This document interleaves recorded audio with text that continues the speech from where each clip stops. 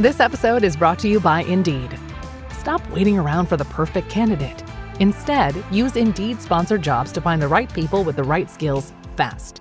It's a simple way to make sure your listing is the first candidates see. According to Indeed data, sponsored jobs have 4 times more applicants than non-sponsored jobs. So go build your dream team today with Indeed.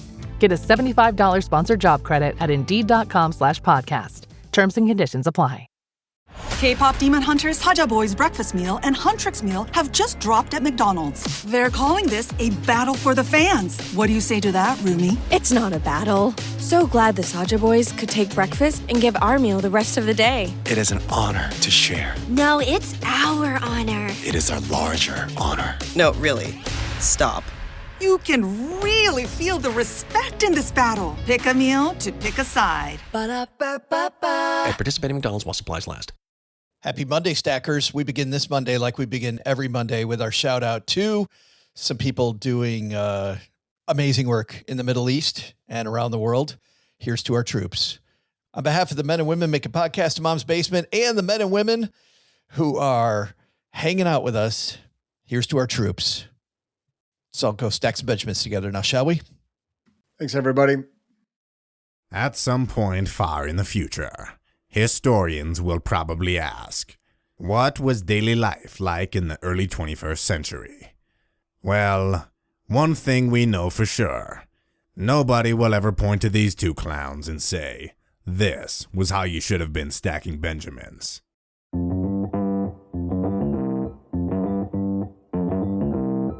Live from Joe's mom's basement, it's the Stacking Benjamin Show.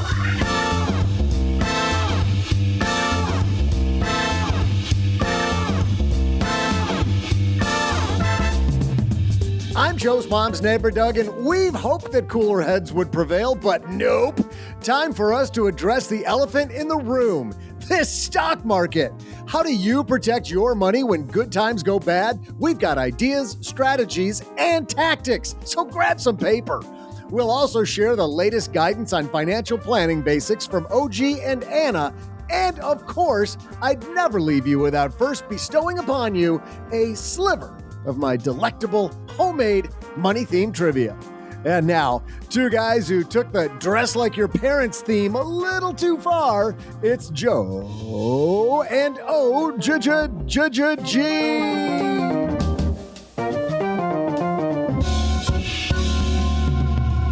And happy Monday to you. And you know what? My dad was a snappy dresser. I'm sure, OG, your dad was a snappy dresser as well. He had snaps on his dresses. That's right. Was perfect. Welcome to a Monday show of the Stacking Benjamin Show. And you know what? Today is a big day, OG, because last week we talked to a couple phenomenal researchers about the stock market and how great stock market investors work. And today what I wanted to do is dive further into that because of the fact it is a time when a lot of investors generally do dumb things. As of the time that we're recording this, the S&P 500 is down about 5.5%. And so this is not the time when we see people doing excellent things. We start seeing bubbling up on social media. What do I do now? How do I not look at my statement every day? How do I stop hitting refresh on the news? All of these things. We're going to dive into how to do that on today's show. And OG, I know that this is something that you do daily in your financial planning practice. Should be easy for me to rage against the machine, is what you're saying. Got it. It should be easy, but it took you a while to get to that point. And I know, Stackers, if you're feeling all these emotions about the market and about your money, you know what? It takes you a while to think the opposite, which is this is the time to lock into your systems. Back the truck up. That's your favorite phrase. And maybe not even back the truck up either. Should create a list, Doug. Earmuffs, Joe. Earmuffs. Doug, you and I should create a list of things that Joe hates to say or hear and just have an entire episode of us just doing that. Okay, you can listen again, Joe. This is going downhill fast. So we're going to do that in just a moment with an introduction from maybe our favorite columnist. Doug, you mentioned this during our prep for this episode, Jason Zweig. He should just get co-host credit, I think is what you said.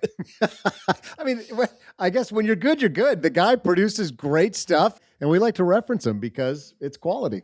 we're going to dive into how to react, how to respond, how to make your moves when the markets are shaken. But first, we have a couple sponsors to help us keep on keeping on. We're going to hear from them, and then OG, Doug, and I going to get into helping you maybe make some better investment decisions. You may not know that when we started Stacking Benjamins, it was a blog. And even then, just the startup cost, I remember thinking, is this the right thing? And what if I write things and nobody comes, right? Well, luckily, that didn't end up happening. But starting something new isn't just hard. It's terrifying. There's so much work. You're not sure whether it's going to work out. You're not sure if anybody's going to read it. And then we change it to a podcast. Is anybody actually going to listen, right? What if nobody wants all the stuff that we have? Well, had I used Shopify, it would have been even easier because with their expertise, their helpful tools, and their easy-to-use platform, that's something that would have made Stacking Benjamins more effective much, much more quickly. Shopify is the commerce platform behind millions of businesses around the world and 10% of all e-commerce in the U.S. Names you've heard of like Heinz and Mattel, Shopify, Gymshark, Aviator Nation, Allbirds, also all Shopify. Get started with your own design studio with hundreds of ready-to-use templates. Shopify helps you build a beautiful online store that matches your brand style. And best yet, Shopify is your commerce expert with world-class expertise in everything from managing inventory to international shipping to processing returns and beyond. And did I mention that iconic purple Shop Pay button? It's used by millions of businesses around the world. It's why Shopify has the best converting checkout on the planet. It also helps boost conversions, meaning less carts going abandoned and more sales for you. So you're stacking Benjamins much more quickly. Time to turn those what ifs into with Shopify today. Sign up for your $1 per month trial today at shopify.com/SB. Go to shopify.com/SB. That's shopify.com/SB. Spring cleaning's made its way to my closet. This time of year always makes me rethink exactly what's in my closet. Really want to keep fewer things, but I also want to keep better ones. I want to feel confident, and to feel confident, looking the part's a big piece of that. So I want pieces that are well made and that are easy to wear all the time. And that's why I keep coming back to Quince. The fabrics feel elevated. The fits are thoughtful. Pricing actually makes sense. As I'm swapping out and I'm cutting, the few additions I'm making all come from Quince. Quince makes high-quality, everyday essentials using premium materials like 100% European linen. They're insanely soft, flow-knit activewear fabric. Their men's linen pants and shirts are lightweight, they're breathable, they're comfortable. Basically, the perfect layer for spring. The pants strike the right balance between laid back and refined. If you saw the video of me on stage at Retire Meet, those pants are from Quince. It was really cool. I came off stage and Christine Benz from Morningstar getting ready to go on behind me and said, "Love your pants." Not generally. I absolutely love them. I think they make me look put together without trying too hard. And they're flow-knit activewear, moisture wicking, anti-odor, soft enough that you'll actually want to wear it all day. The best part is their prices. This is important, stackers. They are 50 to 60% less than similar brands. How? Quince works directly with ethical factories, cuts out the middlemen, so you're paying for quality, not brand markup. Everything's designed to last and make getting dressed easy, which is another thing I think we all want. I love those pants that I wore on stage. It's the cashmere sweater that every time I wear it, Cheryl goes, "That is my favorite sweater on you." It looks great, feels great, and I don't have to have 50 things in my closet. So, like I am, refresh your wardrobe with Quince. Go to quince.com/SB for free shipping and 365-day returns. Now available in Canada, too. Go to QUINCE.com/SB for free shipping and 365-day returns. Quince.com/SB. Hello, darlings. And now it's time for your favorite part of the show, our Stacking Benjamins headlines. Our headline today comes to us from Jason Zweig. A couple weeks ago, OG, we were talking about private equity. And around that time was when I read this piece by Jason, Smart Money, Dumb Money, It's All Just Money. And he was diving into why we don't want to invest like the 1%, why we don't want to maybe get into investments that lock us up. But he mentioned this in that piece: with markets in turmoil over the war in Iran, who's going to bail at the bottom? Conventional wisdom has the answer: individual investors, of course, which is sadly, OG, the case. Because like we heard last week when we were talking about stock market maestros, the maestros don't make these mistakes. The pros don't make these mistakes. The pros make a lot of mistakes, as they mentioned, but they don't make the mistake of bailing at the bottom. Why is it so easy for the individual investor to bail at the wrong time? I think some of this just has to go back to access. And really, I think back to a lesson that I learned years and years and years ago. Joe, I think you might remember this guy's name. Do you remember Don Connolly from Putnam? I do remember Don Connolly. He used to make the Don Connolly tapes. He was the sales manager for Putnam, and you'd get the cassette tapes. He had a great story one time about the history of pricing stocks, and more specifically around the access of those prices. Because what used to happen, right, is you'd say, I want to buy, 100 shares of Ford. You'd go to the broker, you'd give them some money. Some days later, you'd get a thing in the mail that had your stock certificate, and you'd file that away at the bank or in your safety deposit box or in your safe. And then sometime in the future, you'd say, I need to sell this. And you'd go back to the broker and give them the certificate. Some days later, somebody would send you a check. It wasn't like instantaneous. What the powers that be decided was that it would be a benefit to redeeming shareholders to post stock prices in the newspaper. So the Wall Street Journal started posting the closing prices of stocks as a courtesy to redeeming shareholders, right? Hey, if you sold today, you probably don't even know what you sold it for because you literally dropped the paper off and waited. And, but here's a rough idea of what this was. And so you can see how that was, and that's in the 40s and 50s, right? That's a long time ago. But you can see how that's changed to not only is it a courtesy to redeeming shareholders, it's also a discourtesy to people who aren't redeeming. Because the reality is that if you aren't selling your stock today, who gives a crap what the stock price is worth? It's complete noise in the whole picture of everything because you're not doing anything with that information. And we talked about this a couple of weeks ago.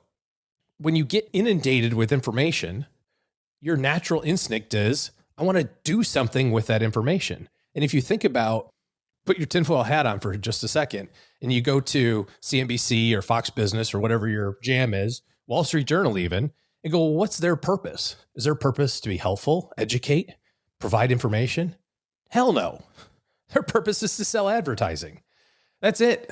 That's all they're trying to do, is to get people to buy the stuff or stay long enough to watch the ads, because that's how they make money. They don't make money from anything else. Not a lot anyway.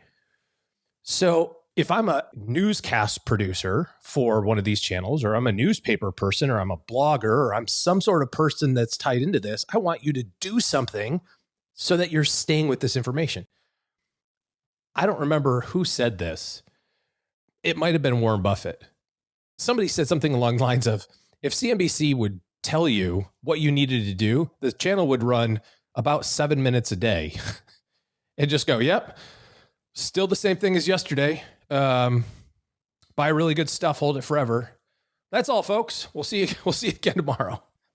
So when you see the stock prices on a daily basis, or God forbid, something more frequently than on a daily basis, your brain's instinct is, I gotta go. I'm supposed to do something with this information. I gotta move. There's something there. They wouldn't be feeding me this if they didn't want me to do something, right? And it's just that panic, fear, whatever those activating emotions are around, like, I need to do something. And it works both ways, right? We see it on the upside too. You think you have to do something, but today we're talking about downside. I think all that's compounded as well, OG, by our bias as humans toward action. Like, if we don't take action, right? People are lazy when they don't take action. They are complacent when they don't take action. It's so we identify those traits with all kinds of behaviors. And yet the stock market is one of the few things where when we don't take action, we're doing the right thing. I mean, there's that old quote that's been attributed to many different people. I may have even attributed to different people, just that I've failed more often than the average person has tried, is the quote. And I'm sure we've all heard that. You think, okay, I just fail forward. There's another one, fail forward, right? Yet with stocks, we have a bias toward action, it is incredibly, incredibly difficult. And that doesn't mean that we don't take action, that we never take action. So I think maybe we need to pull back, OG, and to think about, well, when do we take action? When is the right time for us to take action?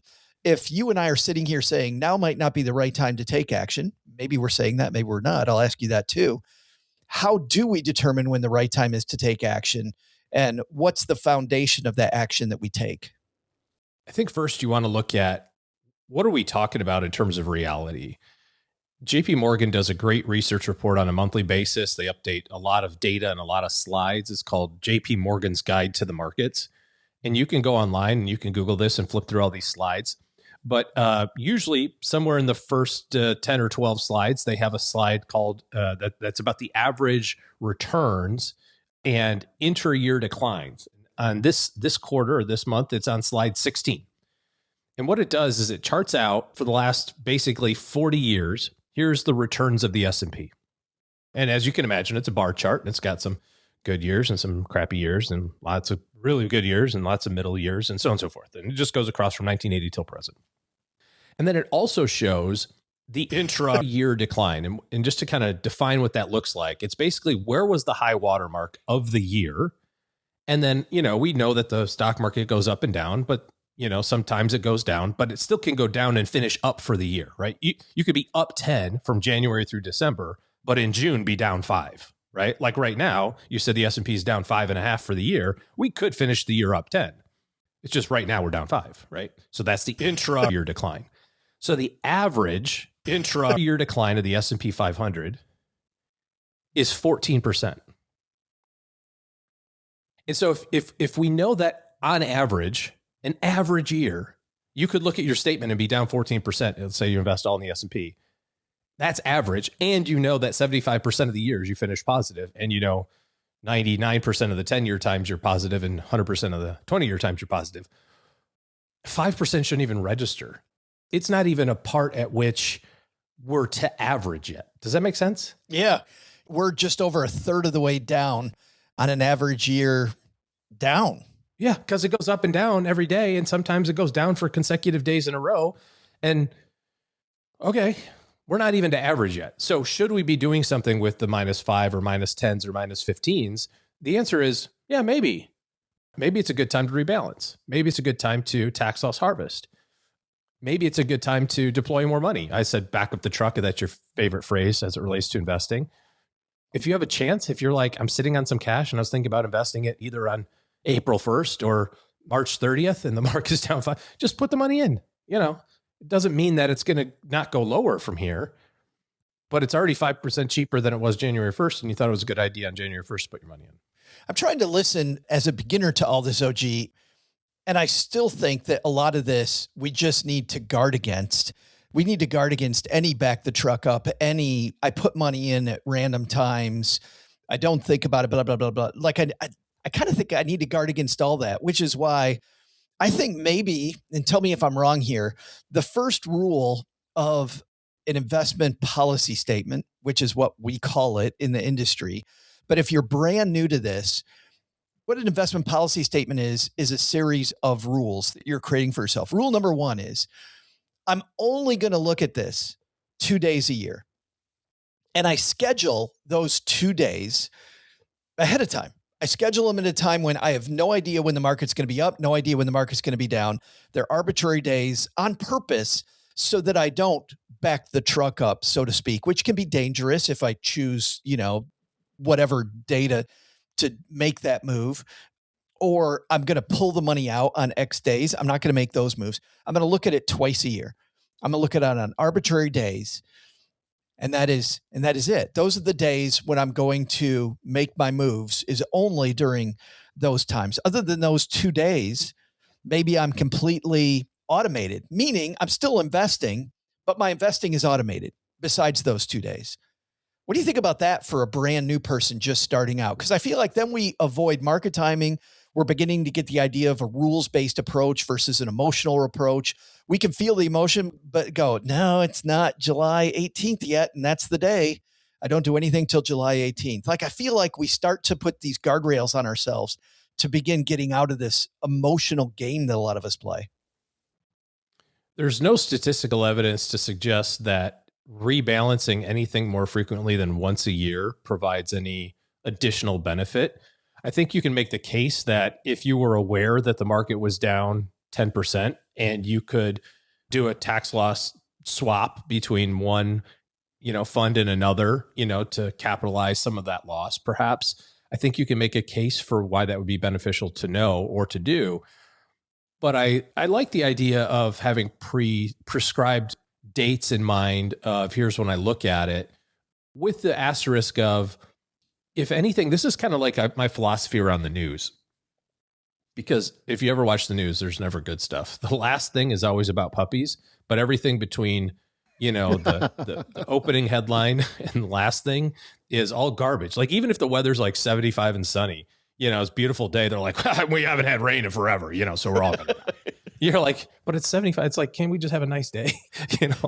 Or there's rain on the horizon. Either we haven't had rain in forever, or get it while you can, because we only got 36 hours of this. Yeah. The pattern is changing, and the northwest low is gonna cripple the south corner of the whatever. It's stupid.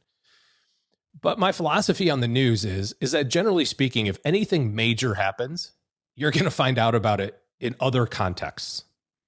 Like, you could be completely off everything and you would still know there's stuff going down in the Middle East right now, right? Like, it would just come up in conversation. There was an airplane accident in at LaGuardia. As we record this, it was yesterday, but as you're listening to this, is a week ago. I don't watch the news. I found out because somebody asked me about it. And I went, let me look. And I looked and I was like, interesting. You don't need to be plugged into this stuff all the time. So if the market's down 20, if you're like, well, I know, but what if I miss the fact that the market's down 20%? Could tax? Trust me, you'll hear about it. You'll know. Somebody will mention it. And then, if you go, okay, I can look in the context of being productive. But if it's set to auto refresh on your desktop, or, you know what I mean? Like, ugh, gross. Well, that's a case where if somebody mentions it to you, like, hey, it was down 20% the other day, be glad that you have a big lag time between when it happened, because then you're less likely to react to it. It might have recovered by then.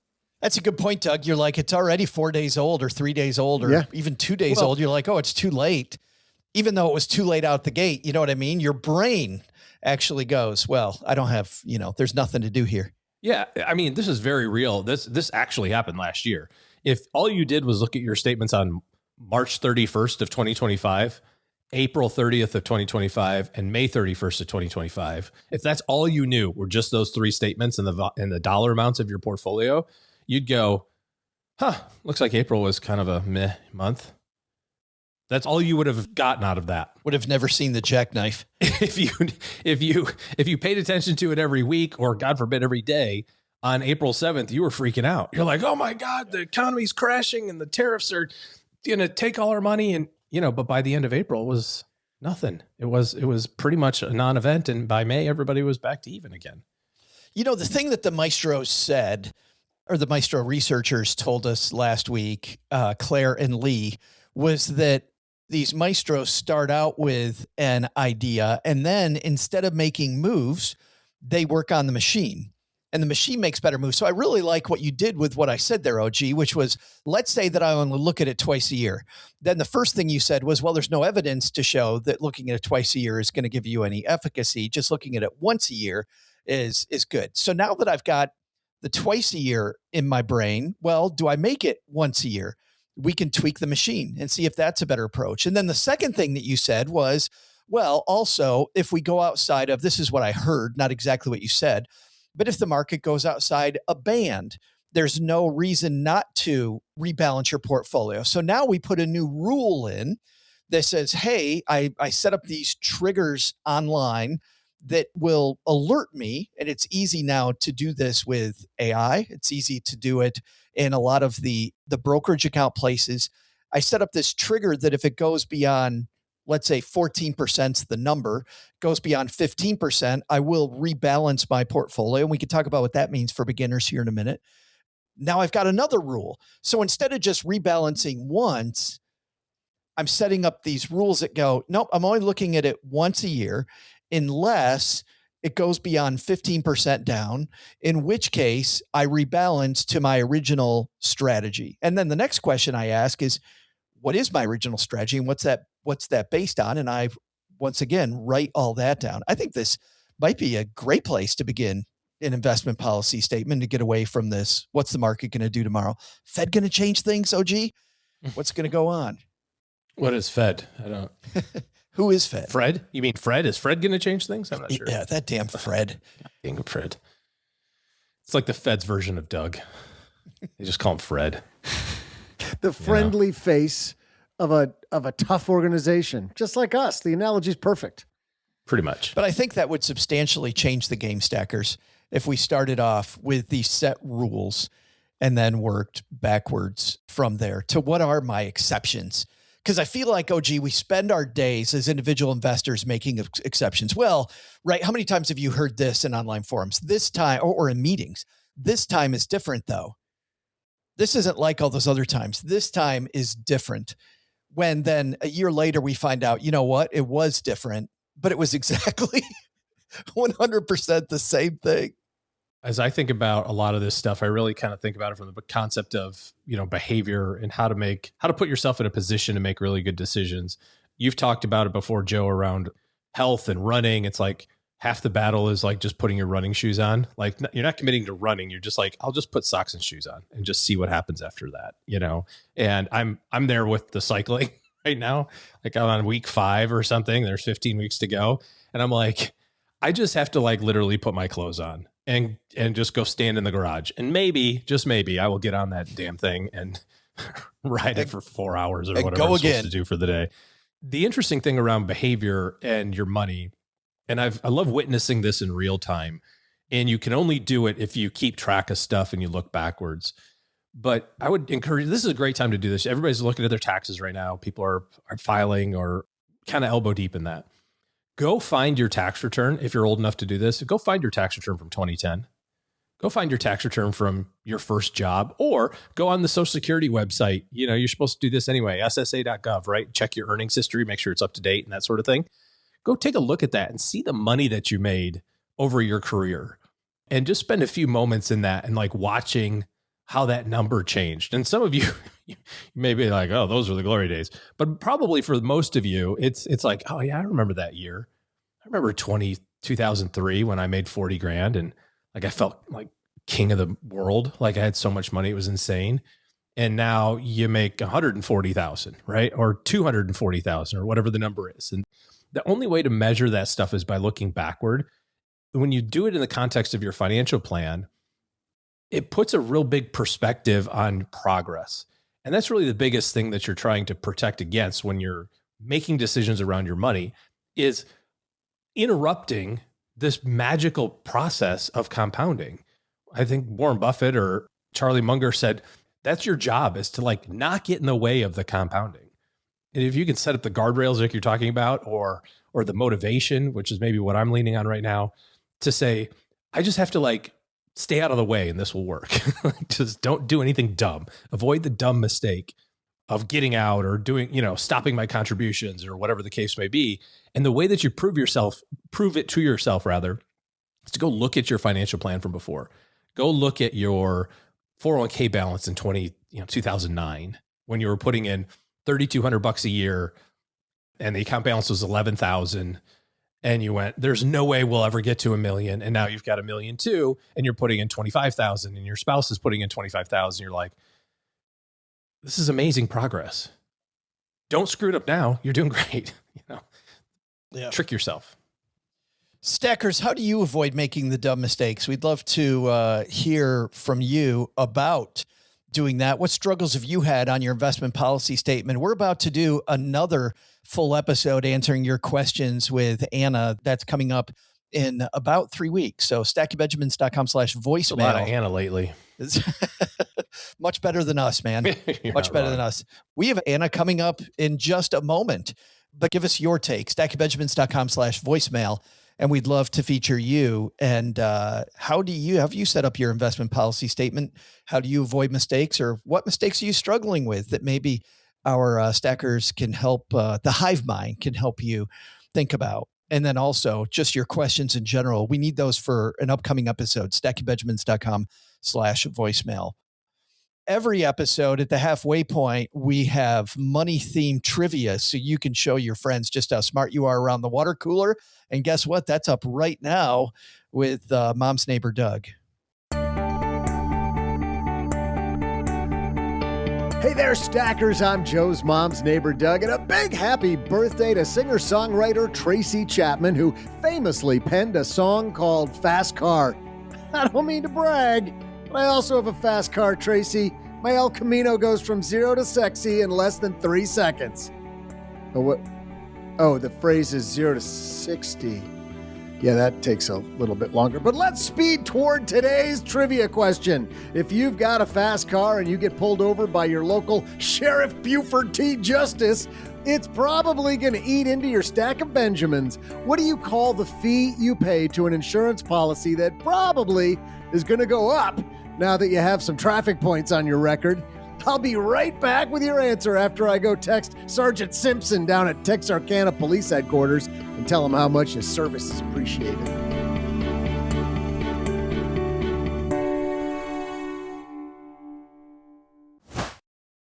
Dell PCs with Intel Inside are built for the moments you plan and the ones you don't.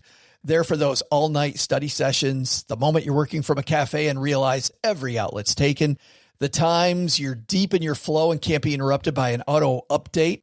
That's why Dell builds tech that adapts to you.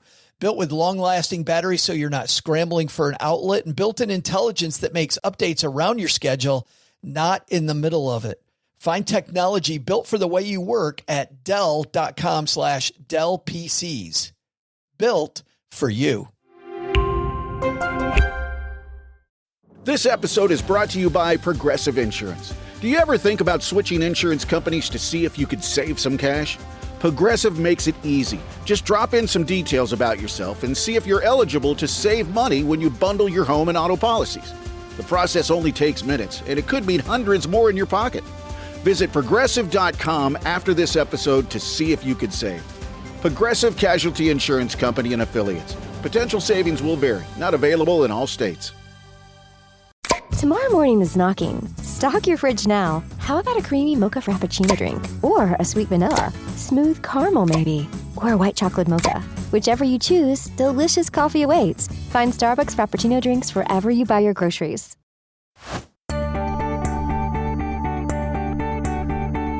Hey there, Stackers. I'm law-abiding citizen and guy who probably is going to get a ticket for trivia that's too good, Joe's mom's neighbor, Doug. Well, I texted Sergeant Simpson, and there's good news and bad news, turns out. Good news first, he thanked me for the kind text. The bad news, he's not letting me out of my ticket that I got yesterday for driving 15 miles under the speed limit. I mean, you can't be too safe, Simpson. Jeez. Let's do better than try with today's trivia. Let's nail this one. You got it. The question was, if you receive a traffic ticket and your insurance finds out, what's the name of the money you pay toward your policy that will probably increase? The answer, while some of us refer to this money for insurance as complete bullshit, the technical term is the premium. They make it sound so nice. Did you get it?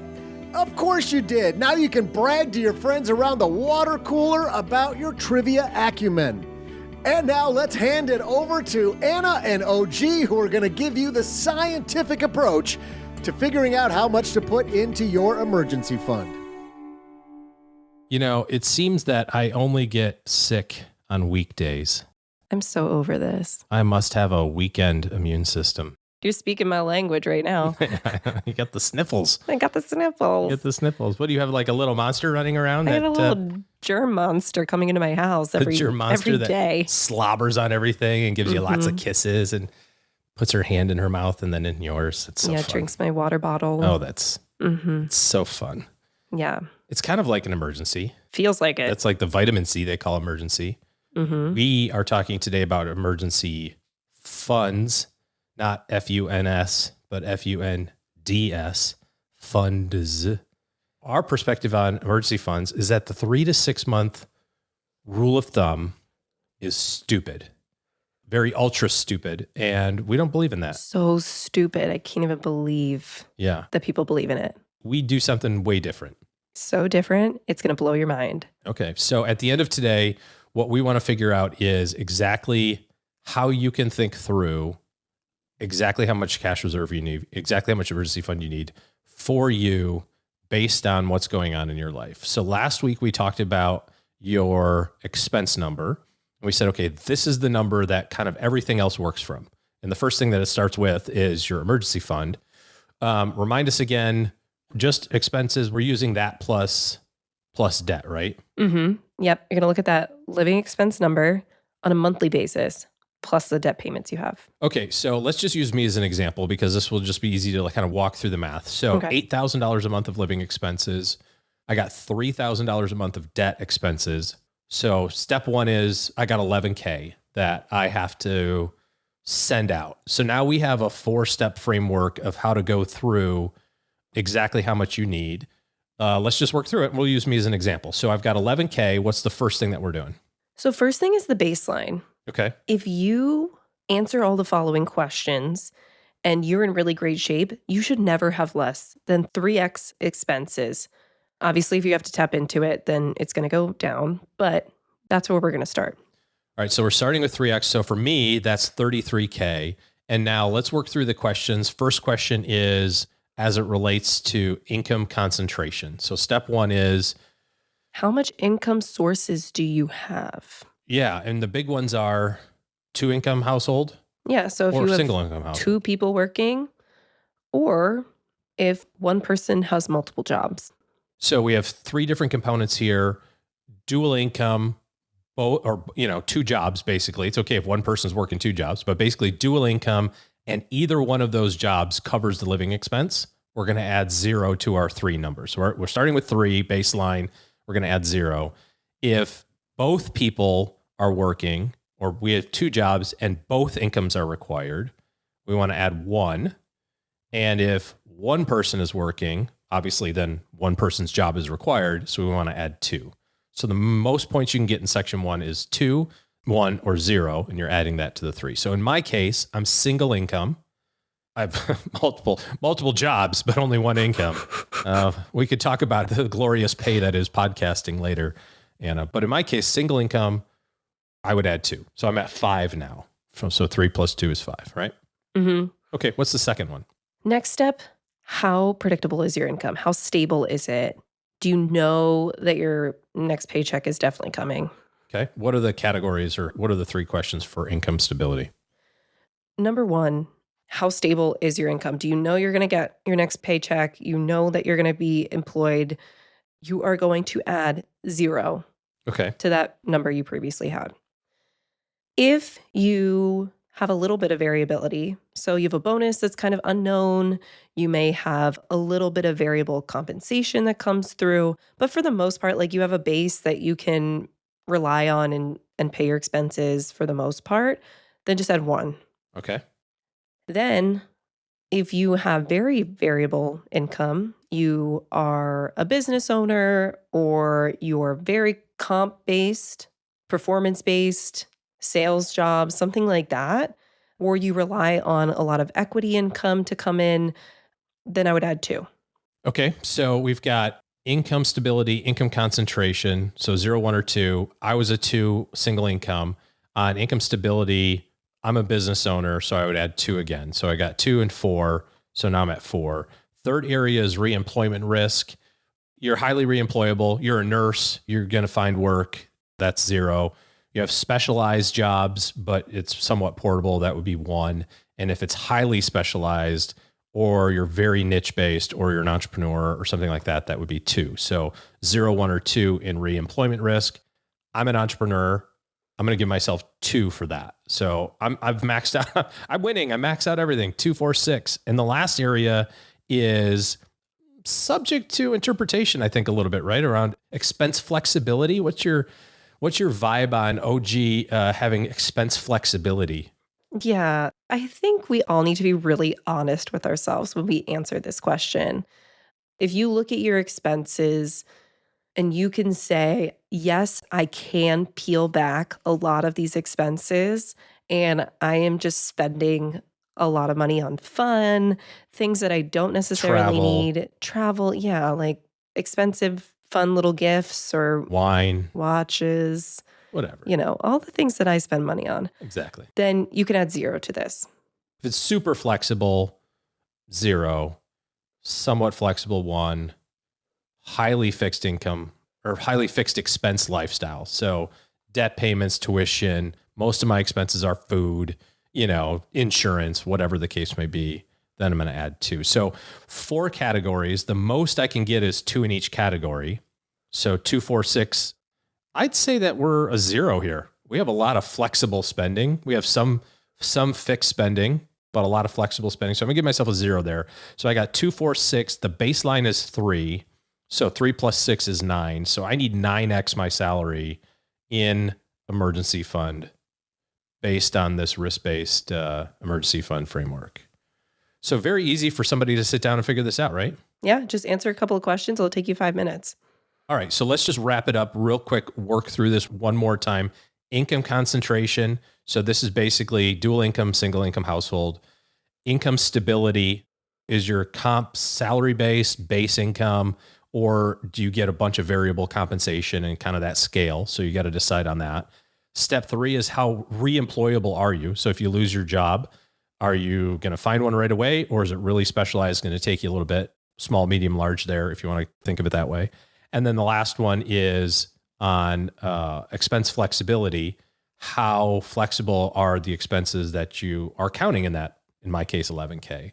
So you add those up, start with the base level of 3x. You're going to add 2, 4, 6, 8, or whatever the number is. The most you get to is 11x. The least you get is 3x. So somewhere between there. And then that's unique to you. Yep. There you have it. And now you know how to set up your emergency fund. Nice job, OG. Great work, Anna. Thank you so much. Doug, let's meander onto the back porch because we've got a bunch going on around the country with our meetup groups. If you're new here, man, we've got some cool stuff happening in different cities. What's on tap? Yeah, there is a lot going on. We're going to have to get through this quickly because we could spend a lot of time talking about each one of these. I think first, coming up on the calendar on April 7th, isn't Paula doing a live record, longtime contributor to Stacking Benjamins, regular on our Friday shows? She's doing a live recording at Texas A&M, which could potentially be like a little meetup for Texas folk. Is that right? We're going to do a live special episode of Stacking Benjamins and Afford Anything at Texas A&M Texarkana. So if you are anywhere between Little Rock, Dallas, Shreveport, Texarkana, if you're in this part of the country, we are going to be doing this very special event. By the way, the night before at my house, if you email me, we're doing a special event, like a meet and greet. Write me though, email me, joe@stackingbenjamins.com, and I'll tell you how to get here, tell you the details on that. So if you happen to be in the area the evening before, and then that day, we're going to be live at the university with the university students in the community answering student questions. Here's your chance to party at Joe's house. I hear it's okay to throw your beer cans and peanut shells on the floor at Joe's house. It's a Texas thing, apparently. I mean, that's worth traveling for. Not sure that ever occurred. Imagine Cheryl. That's what I do. With that one, who is generally the nicest person alive. Maybe that's why Cheryl gives me a little cold shoulder when I get to your house. I've always done that. Might not be that pleased with that. It's going to be a great time. stackingbenjamins.com/meetup to tell us that you're coming in to get details on the Texas A&M Texarkana live recording. Hope you can make it. That's enough detail about that. We got to move on, Joe, because we got all this other stuff happening in Boston. We do, but how often have we've had these things all around the nation. How often have we had one in Texarkana? No, that's your fault. How often? Once, which was just the beginning of the book tour. The very next night, Wednesday, April 8th at 6:00, the Boston Benjamins After Dark group is meeting at Hannah's Brewing. Then the night after that in Seattle, man, I'm going to be on a lot of airplanes. In Seattle, Thursday, April 9th, 5 to 7 at the Berliner Pub.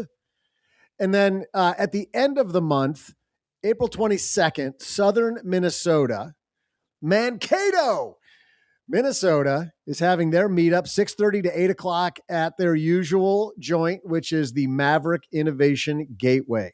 So lots going on. We understand Twin Cities may also be having a meetup, but we are still awaiting their details. So just about every group is getting together in the month of April. Tucson. Well, I was going to say we have another one. Tucson is also coming up in April, and we'll have details on that maybe on Wednesday's show.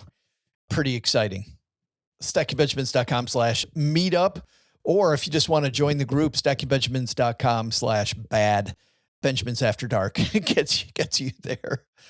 That's going to do it for today. Hey, thanks for hanging out today. If you know somebody who really gets emotional about their investing, maybe this is the episode that you send their way. It's also a great follow-up to our Maestros episode from last Wednesday. If you missed the Stock Market Maestros case study last Wednesday with Claire and Lee, who study this stuff professionally, you're going to want to go back and listen to that. At the very least, get your investment policy statement moving, stackers. But before we ask Doug to bring this home, if you're wondering, how am I doing with my investment strategy overall, with my cash on hand, with my investments, OG and his team have a scorecard where you can rate yourself on a scale of 1 to 10, how well you're doing versus how well you probably should be doing. It's stackingbenjamins.com/scorecard. That's stackingbenjamins.com/scorecard. Gets you to the link into figuring out, you know what, here's where I'm at today, and here's what I can do better.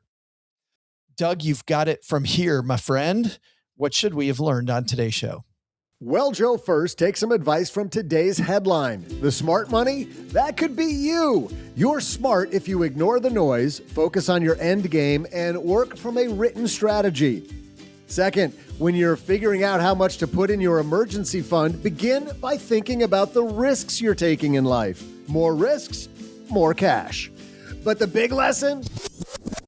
Whenever you can, celebrate Tracy Chapman's birthday with Joe's mom. She sure can share interesting stories about people with fast cars. Listen to this. She knows this one woman who had a fast machine and she kept her motor clean. She says this lady was the best damn woman she'd ever seen. Great story, Ma. This show is the property of SB Podcast, LLC, copyright 2026, and is created by Joe Saul-Sehy.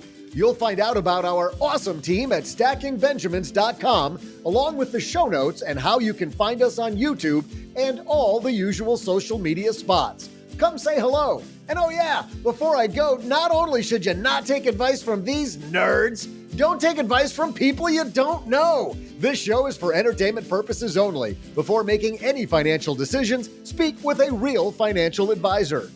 I'm Joe's mom's neighbor, Doug, and we'll see you next time back here at the Stacking Benjamin Show.